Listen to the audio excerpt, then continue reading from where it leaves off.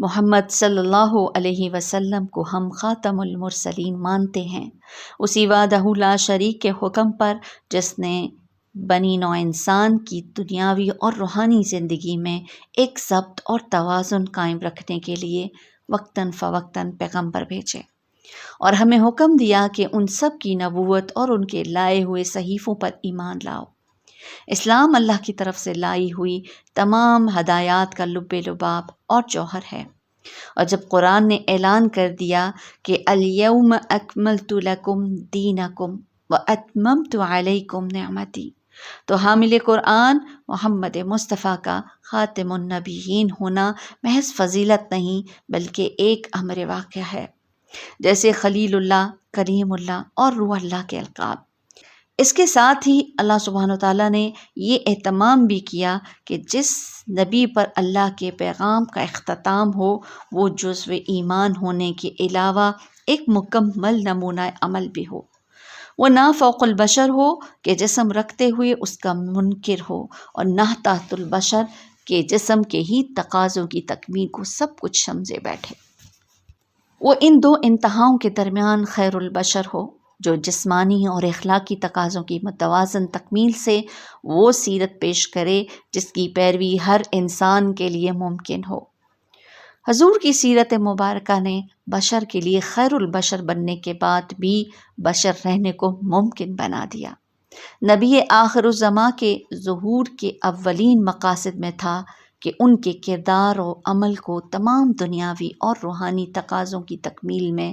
مصروف رکھا جائے، ان کی مثال کو اپنے لیے مشعل راہ بنایا جائے۔ مثال کے طور پر گوتم بدھ کی ترک دنیا کی تعلیم پر چند بخشوں عمل کر سکتے ہیں۔ اگر ان کے تمام پیروکار یا ان کی اکثریت یہ وتیرہ اختیار کر لے تو بھیک دینے والا کون ہوگا؟ گوتم بدھ کی طرح ازدواجی زندگی کو تج دینے والے محض تجرد اور زہد کی رفت کو تسلیم تو کر سکتے ہیں، اس کی پیروی نہیں کر سکتے، اور اگر کریں تو نسل انسانی کا تسلسل کیسے برقرار رہے گا؟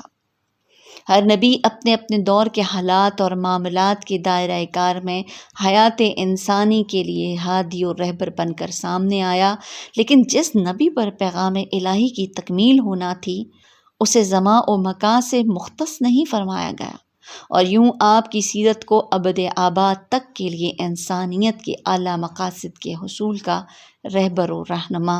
اور مکمل نمونہ عمل بنا دیا، اور اس کے ساتھ ہی انسان کو شخصیت پرستی سے چھٹکارا دلا دیا جو آئے دن چولے بدل بدل کر سامنے آتی رہتی ہے۔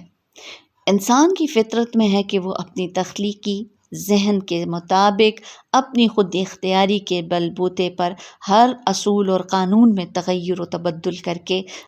اپنے لیے قابل قبول بناتا رہتا ہے۔ چنانچہ ہم نے دیکھا کہ کیسے کیسے جلیل القدر پیغمبر کی تعلیمات کو انسان نے اپنی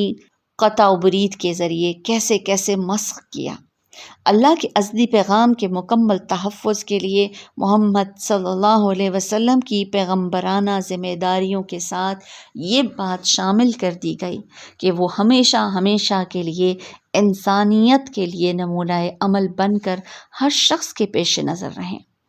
تاکہ ان کے بعد آنے والے انسان کسی ضرورت کے تحت یا کسی مصلحت کشی کا شکار ہو کر اپنی قوت تخلیق اور خود اختیاری کا فائدہ اٹھاتے ہوئے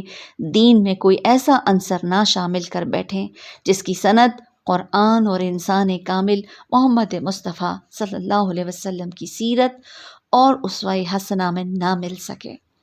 اور اگر خدا نخواستہ ایسی صورت پیدا ہو جائے تو قرآن اور سنت کی کسوٹی کا دائمی معیار موجود ہے جس سے وہ اپنے لیے رہنمائی حاصل کر سکیں گے۔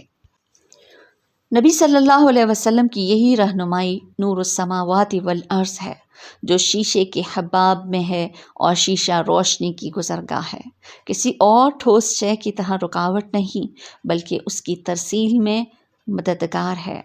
دور سے دیکھیے تو روشن حباب ہی نظر آئے گا، اس کے اندر کا چراغ نظر نہیں آئے گا۔ جتنا شمعدان کے قریب ہوتے جائیں گے چراغ اور حباب کا فرق واضح ہوتا جائے گا۔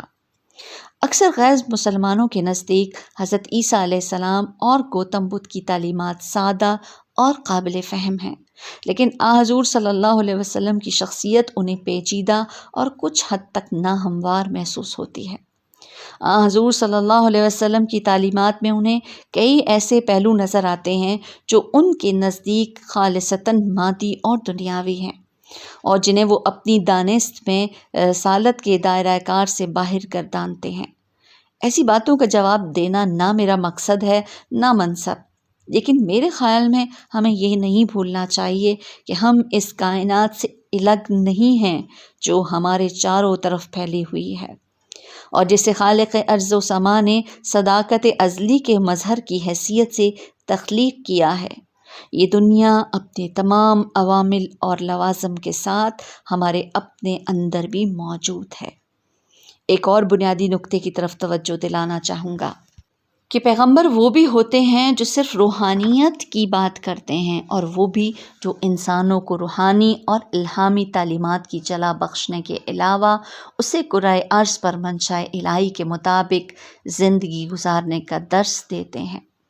یہ نقطہ ذہن سے اوجھل ہو جائے تو حضور کی شخصیت واقعی پیچیدہ اور ناقابل فہم محسوس ہوگی۔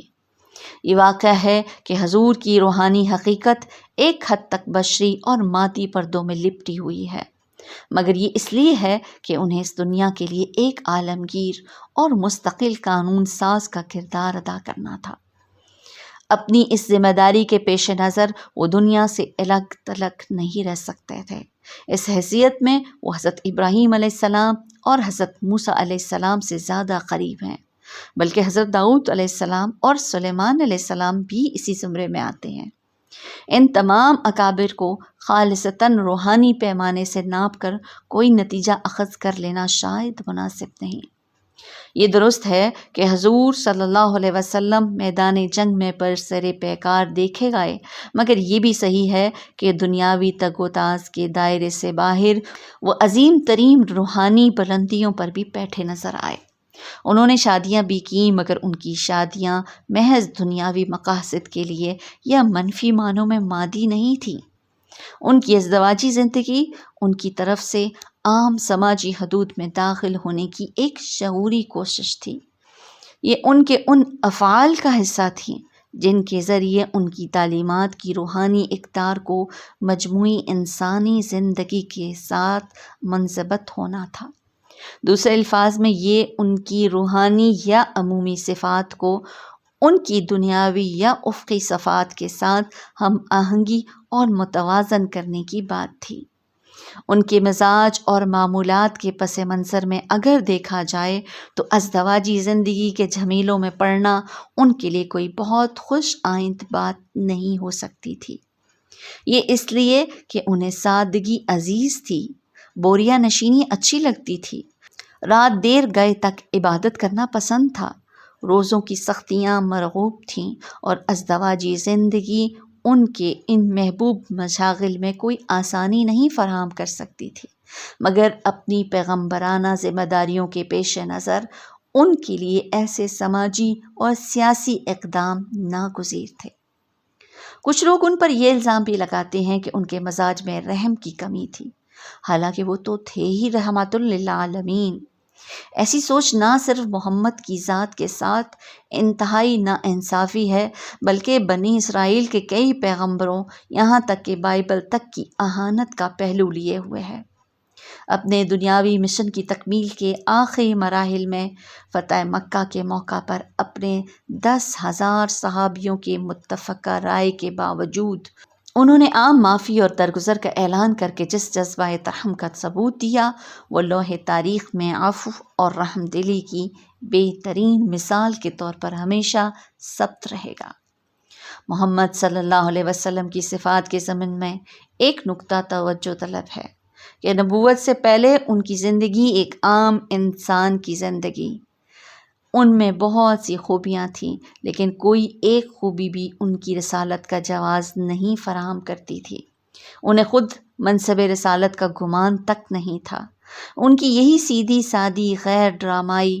اہم واقعات سے خالی زندگی اس بات کا ثبوت ہے کہ انہیں نبوت ان کی اپنی کسی بشری صفت کی بنا پر نہیں ملی تھی، بلکہ صرف اور صرف اللہ تعالیٰ کے اپنے انتخاب کی بنیاد پر سونپی گئی تھی۔ وہ ان لوگوں میں سے نہیں تھے جو اپنی صلاحیتوں پر نازا رہتے ہیں اور اللہ تعالیٰ سے توقع رکھتے ہیں کہ وہ ان کی استعداد کے شایان شان ان سے کوئی عظیم کام لے۔ ایسے لوگ یہ بنیادی بات بھول جاتے ہیں کہ اللہ سبحانہ وتعالیٰ کی ذات بے نیاز ہے، اسے انسان کی کسی خوبی اور صفت کی احتیاج نہیں ہے۔ وہ مختار کل ہے، جس سے جو کام لینا چاہتا ہے اس میں ویسی ہی صفات پیدا کر دیتا ہے۔ پیغمبر آخری الزماں کو اللہ تعالیٰ نے جس عظیم کام پر مامور کیا تھا، اس کی تعمیل کے لیے، اس کی تکمیل کے لیے انہیں اتنی ہی عظیم صفات سے نوازا۔ نہ اس سے بڑا کام کسی کے سپرد ہوا، نہ اتنے اوصاف جلیلہ کسی اور کے حصے میں آئے۔ بنیادی طور پر سرور دو عالم کی ذات توازن اور عجز کا امتزاج تھی، بشری دائرہ عمل میں انتہائی توازن، اور اللہ تعالیٰ کی سامنے ذات کی مکمل نفی کی حد تک عجز۔ مزید غور کریں تو ان کی شخصیت میں 3 عناصر واضح طور پر سامنے آتے ہیں: جدوجہد، عالی ظرفی اور تقویٰ۔ یہ تینوں الفاظ میں خاص معنی میں استعمال کر رہا ہوں، کیونکہ ایسی ہمہ جہت اور ہمہ گیر شخصیت کے کسی پہلو کو لفظوں کے بندھے ٹکے معنی میں نہیں سمویا جا سکتا، اور خاص طور پر ایسی صورت میں کہ آپ جس خوبی کا بھی ذکر کریں وہ ان کے یہاں مل جاتی ہے، لیکن وہ خوبی ہی نہیں جو ان میں نہیں۔ اپنی عام فہم معنوں میں تو یہ تینوں خوبیاں کچھ حد تک بہت سے اچھے انسانوں میں بھی پائی جاتی ہیں، لیکن ان میں سے ہر ایک خوبی میں اللہ تعالیٰ نے ایک خاص انداز سے چند مزید صفات شامل کر کے انہیں جو توازن عطا کیا وہ کہیں اور نظر نہیں آتا۔ اپنی ان اضافی صفات کی بنا پر یہ تینوں الفاظ خاص معنوں کے حامل ہیں۔ ان تمام اضافی خوبیوں کا مقصد ہی یہ تھا کہ بنیادی صفات میں حد درجہ توازن اور اعتدال رہے، وہی توازن جو عین منشاء الہی ہے اور جس پر اس کی ساری کائنات کا نظام قائم ہے۔ ہم تو محمد صلی اللہ علیہ وسلم کی ذاتی زندگی میں عدم اعتدال کا تصور بھی نہیں کر سکتے، لیکن ان کی شخصیت کے اعتدال کو بشری نہیں الہامی میزان پر پورا اتارنا مقصود تھا، کیونکہ انہیں سارے عالم انسانیت کے لیے ایک قابل تقلید مثال اور ایک دائمی معیار بننا تھا۔ پہلی صفت جدوجہد، ان الفاظ سے میری مراد وہ فعال قوت تھی جو کرۂ ارض پر بسنے والے انسانوں کے تمام روحانی اور مادی مسائل حل کرنے کی استعداد رکھتی تھی۔ یہ عام جسمانی، دماغی یا عسکری قوت نہیں، ایمان کی قوت تھی۔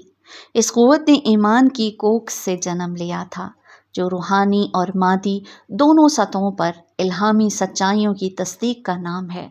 مگر اس قوت کی متوازن رکھنے کے لیے اللہ تعالیٰ نے اس میں عصمت اور پاک دامنی کا عنصر بھی شامل کر دیا تھا۔ دراصل قوت اور پاک دامنی دونوں کا تعلق تقدس سے ہے۔ قوت اور جدوجہد عملی طور پر تقدس کا دفاع کرتی ہے، اور عصمت اور پاک دامنی تقدس کو قائم اور برقرار رکھنے کا ایک خاموش اور انفعالی انداز یعنی پر اثر انداز ہے۔ جدوجہد میں جہاد بھی سبیل اللہ کے داخلی اور خارجی مظاہر ملتے ہیں، اور عصمت اور پاک دامنی میں سادگی، حلم اور عظمت کردار کی ساکن و خاموش خوبیاں ہیں۔ گویا قوت محرکہ اللہ تعالیٰ کے مقاصد عرفہ کے حصول کے لیے ایک شمشیر برہنہ ضرور تھی، مگر ایسی جس کی تند و تیزی کو پاک دامنی کی آب دے کر اس میں اعتدال پیدا کر دیا گیا تھا۔ پھر یہ بھی ہے کہ مجرد طاقت فی نفس ہی تکبر و غرور کو جنم دیتی ہے، جو ان گنت فتنوں کی جڑ ہے۔ حلم، سادگی اور معصومیت کبر و نخوت کا تریاق ہیں۔